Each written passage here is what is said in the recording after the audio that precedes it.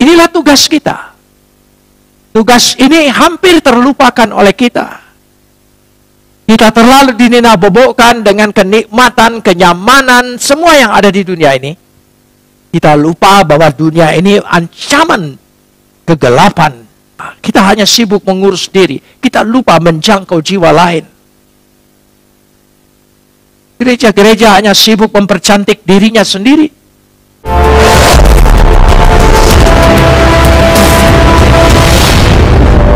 Mari kita berdoa.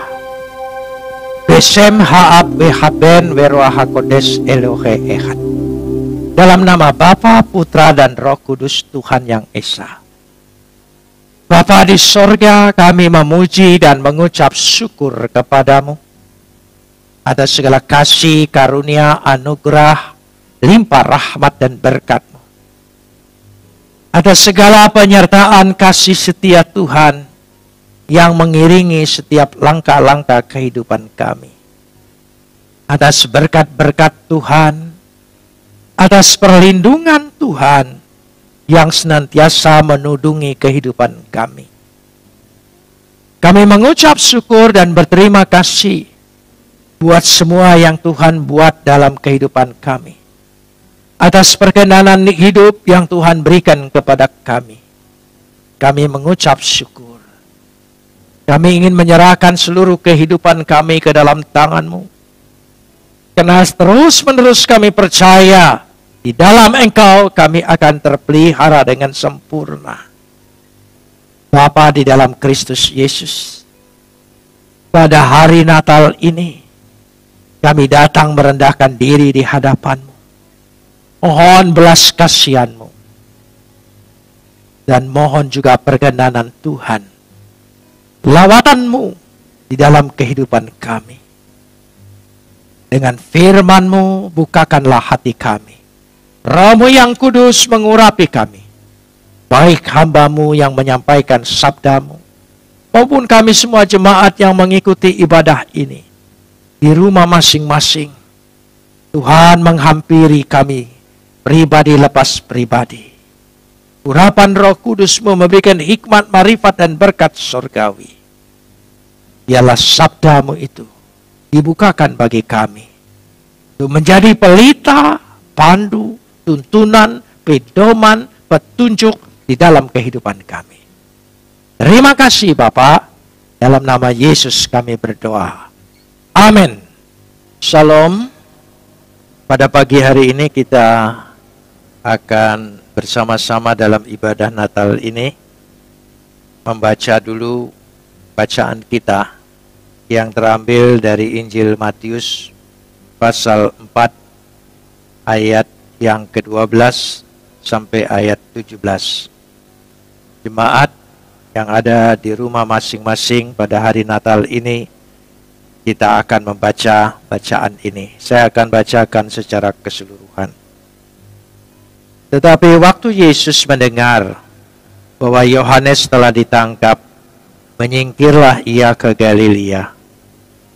Ia meninggalkan Nazaret dan diam di Kapernaum, di tepi danau di daerah Zebulon dan Naphtali, supaya genaplah firman yang disampaikan oleh Nabi Yesaya. Tanah Zebulon dan tanah Naphtali, jalan ke laut, daerah seberang sungai Yordan, Galilea, wilayah bangsa-bangsa lain. Bangsa yang diam dalam kegelapan telah melihat terang yang besar, dan bagi mereka yang diam di negeri yang dinaungi maut telah terbit terang. Sejak waktu itulah Yesus memberitakan, bertobatlah sebab kerajaan sorga sudah dekat. Kapot leha Adonai Elohenu kapot leha. Segala kemuliaan ya Adonai Tuhanku, kemuliaan bagimu. Jemaat yang dikasihi Tuhan, pertama saya mengucapkan selamat hari Natal. Kita tahu barangkali ada sesuatu di dalam hari Natal ini yang sangat berbeda karena situasinya dalam keadaan ini. Saya ingin melihat bahwa bagaimana terang itu melawan gelap. Kita harus akui dunia sekarang ini sedang diliputi oleh kegelapan. Hanya dengan virus yang kecil yang berlangsung terus membelah dirinya, menyerang dunia ini. Dan hampir seluruh orang di dunia ini tidak kecuali menghadapi tantangan virus ini. Ini adalah era kegelapan pada masa ini, pada saat ini. Kita tidak bebas lagi hidup, semua serba terbatas, diliputi oleh kekhawatiran, kecemasan, ketakutan, bahkan ketidakmenentuan masa depan kita. Kehidupan, kesejahteraan kita, baik itu ekonomi, pekerjaan kita, semua menjadi tersendat, bahkan seolah-olah mengalami kemunduran yang amat sangat. Tidak terbayangkan oleh kita, kegelapan ini menguasai dunia ini hanya dengan virus yang kecil. Tapi begitu melumpuhkan, menaklukkan seluruh isi dunia ini. Kalau kita bercerita mungkin 200 tahun kemudian, menceritakan benda yang kecil itu telah melumpuhkan seluruh dunia, barangkali generasi yang akan datang tidak percaya. Saya membayangkan bagaimana ketika Nuh pada banjir besar yang melanda seisi dunia. Bukankah kita sekarang sering bertanya, apa betul ada banjir besar yang melanda seluruh dunia? Dunia mengalami masa-masa kegelapan. Di dalam Alkitab berkisah, sejak Lucifer jatuh ke tengah-tengah dunia ini, dunia mengalami gelap gulita, kacau balau. Itulah yang kita lihat awal daripada kerusakan dunia. Dan terus menerus dunia mengalami masa-masa kegelapan itu. Dan seolah-olah kita tidak mempunyai jawaban. Jawaban kita dengan mudah kita berbicara bahwa ini adalah sirkulasi. Tapi bukan itu. Kita memerlukan sesuatu. Dengan kata lain, kalau dunia dikuasai oleh kegelapan, maka kita membutuhkan terang untuk kehidupan kita. Terang yang kita butuhkan ini bukan terang yang sementara, tapi terang yang kekal. Sebab kita percaya dengan terang ini akan menembus kesuraman dan kegelapan di tengah-tengah dunia ini. Saudara yang dikasihi Tuhan, saya ingin mengutip dulu dari Yohanes pasal 1 ayat yang ke-9. Kita ingin melihat apa yang dikatakan di situ. Terang yang sesungguhnya yang menerangi setiap orang sedang datang ke dalam dunia. Kalau saya perhatikan terang yang sesungguhnya, entoposto aletinon, terang yang sejati, terang yang sesungguhnya. Kalau lihat konteks pada ayat 8, berbicara tentang terang yang dibawa oleh Yohanes Pembaptis. Ayat ini bukan mengcounter bahwa seolah-olah Yohanes adalah terang palsu dan Yesus adalah terang yang asli. Maksudnya bukan itu. Terang yang sesungguhnya itu artinya dia bukan pembawa terang. Dia bukan bersaksi tentang terang.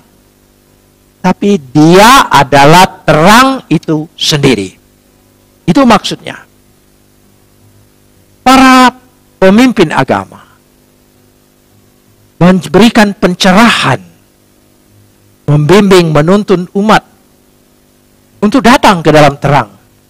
Dia hanya bersaksi tentang terang. Dia hanya bercerita tentang terang. Dan dia bukan terang itu sendiri. Itu maksudnya.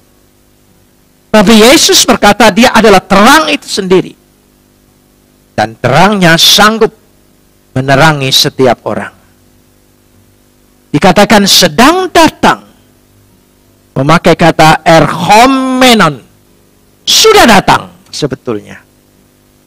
Melawat dunia yang dalam kegelapan ini.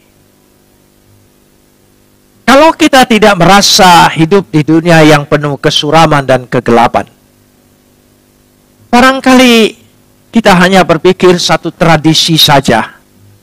Di setiap Natal kita tahu ada pohon terang. Barangkali itu hanya hiasan Natal saja. Tapi Tuhan izinkan kita mengalami masa-masa kesuraman dan kegelapan di tengah dunia. Hampir-hampir kita putus asa, apakah ke depan ini ada jalan keluar. Dari saat itulah saya percaya, kita sungguh-sungguh membutuhkan terang yang sanggup menembus kegelapan, mengalahkan kegelapan itu. Bukan hanya pembawa terang, tapi sumber terang itu sendiri. Dikatakan di dalam Yohanes 8 ayat yang ke-12, saya kutip dulu, sebelum kita membahas ayat ini. Dalam Yohanes 8 ayat 12, dikatakan, akulah terang dunia. Siapa saja yang mengikuti aku, ia tidak akan berjalan dalam kegelapan, melainkan ia akan mempunyai terang kehidupan. Ego emi tu postu kosmo. Akulah, tidak ada yang lain. Dialah sumber terang itu sendiri.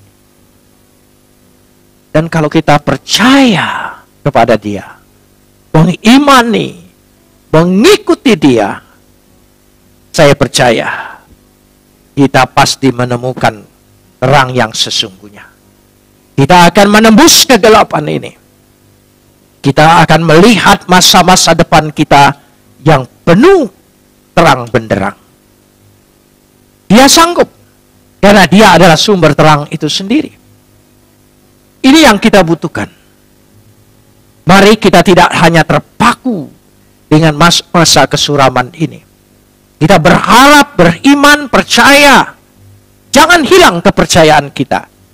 Jangan putus harapan kita. Bahwa sesungguhnya di dalam tahun depan ini yang akan kita masuki, kita percaya kita akan menemukan hidup yang penuh terang. Yang dikatakan di situ, ia akan mempunyai terang kehidupan. Bukan kematian, bukan maut. Tapi terang kehidupan itu sendiri yang akan menghidupi kita. Karena Kristuslah sesungguhnya sumber kehidupan itu, sumber segala sesuatu, dan Dia sanggup memberikan kehidupan. Karenanya dalam arti kehidupan tidak terbatas hanya karena hidup dalam arti nyawa, tetapi kehidupan dalam arti kelengkapan, keseluruhan, kesejahteraan, keberkatan kita.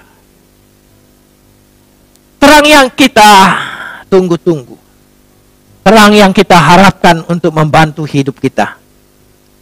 Terang itu datang. Terang itu melawat. Dan inilah yang diingatkan pada hari Natal ini. Bahwa terang itu datang. Barangkali kita sudah siap untuk menerima terang itu. Atau kita hanya sekedar tradisi. Dalam situasi yang seperti ini, meskipun kita ibadah tidak semeriah di gereja pada tahun-tahun yang lalu. Gereja sunyi senyap, sebagaimana lagu Malam Kudus. Tapi saya percaya, kita sungguh-sungguh diberi kesempatan untuk menunjukkan dalam hati kita, terang itu lahir. Dia memberikan cahaya, cahaya kehidupan, cahaya harapan, cahaya kemenangan. Bahwa kita sanggup melampaui masa-masa yang sulit saat ini. Baik menghadapi virus corona, baik menghadapi krisis ekonomi, apa saja yang bakal terjadi, kita sanggup menembus itu semua. Karena terang itu datang, melawat. Tinggal kita membuka hati kita, membuka pikiran kita, membuka hidup kita untuk diterangi. Karena dikatakan di sini dengan jelas sekali pada ayat yang ke-13 bacaan kita.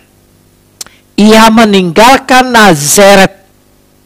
Dia meninggalkan Nazaret dan diam di Kapernaum, di tepi danau, di daerah Zebulon dan Naftali.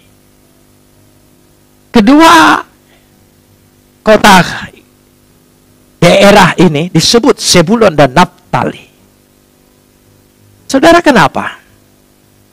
Karena kalau kita lihat kutipannya pada ayat yang ke-15 ini, tanah Zebulon dan tanah Naftali adalah jalan ke laut, daerah seberang sungai Yordan Galilea, wilayah bangsa-bangsa lain. Jadi, kota Zebulon dan Naftali merupakan simbol bahwa dia datang ke tengah-tengah dunia. Dia menyapa bangsa-bangsa lain. Tidak hanya terbatas di situ. Itulah yang dimaksudkan jalan ke laut. Dia melampaui seluruh batasan. Karena dia adalah terang itu sendiri. Kenapa demikian? Karena dia tahu manusia membutuhkan terang itu. Dan karena mereka hidup dalam kegelapan. Bukankah ayat 16 berkata, bangsa yang diam dalam kegelapan, bangsa yang diam dalam kegelapan. Coba kita renungkan malam hari ini. Mungkin di rumah masing-masing kita redupkan dulu lampu. Mungkin ada hanya satu lampu kecil yang redup. Dan kita membutuhkan, kalau bisa ya gelap sama sekali. Dan kita renungkan dalam doa bersama. Inilah kita sesungguhnya adalah bangsa yang diam dalam kegelapan. Bangsa-bangsa bahkan. Karena masalah, persoalan COVID-19 ini. Bayangkan saudara, sebentar lagi corona ini ulang tahun. Jangan sampai kita berpikir panjang umurnya. Maka akan habislah kita semua. Tapi percayalah, bangsa yang diam dalam kegelapan telah melihat terang yang besar, terang yang penuh kuasa, terang yang mampu mengalahkan kegelapan itu. Jadi jangan putus asa bahwa semua masalah tentang virus corona ini, saya percaya kita diberi kemampuan untuk mengalahkan, untuk menaklukkan, dan kita keluar sebagai pemenang. Jangan sampai kita putus harapan. Kita harus mengimani betul. Karena dikatakan di situ, mereka yang diam di negeri yang dinaungi maut, diam di negeri gelap dan maut, ada kemiripan, ada kesamaan. Bukankah ini semua kondisi kita, situasi kita, keadaan kita saat ini? Bukan hanya di Indonesia, seluruh dunia. Tapi percayalah, dikatakan di situ, telah terbit terang. Natal memberikan sebuah harapan. Natal memberikan sebuah masa depan. Natal memberikan sebuah pembaharuan. Jadi bagaimanapun juga, kita harus mengimani bahwa dua hal, bangsa yang diam dalam kegelapan melihat terang yang besar. Terang yang penuh kuasa, terang yang tidak tertaklukkan, terang yang dapat menaklukkan kegelapan itu sendiri. Itulah sebabnya, kalau saya membaca sejenak Yesaya 8 ayat 23. Yesaya 8 ayat 23. Dikatakan di situ, tetapi tidak selamanya akan ada kesuraman untuk negeri yang terimpit itu. Tidak selamanya. Jangan kita berpikir, kita putus asa seolah-olah tidak menemukan jalan keluar. Katakan dengan masalahmu, katakan dengan persoalanmu, katakan dengan kesulitanmu, bahkan katakan dengan sakit penyakitmu. Tidak selamanya. Tidak selamanya. Kalau dahulu Tuhan merendahkan tanah Zebulon dan Naftali, maka di kemudian hari,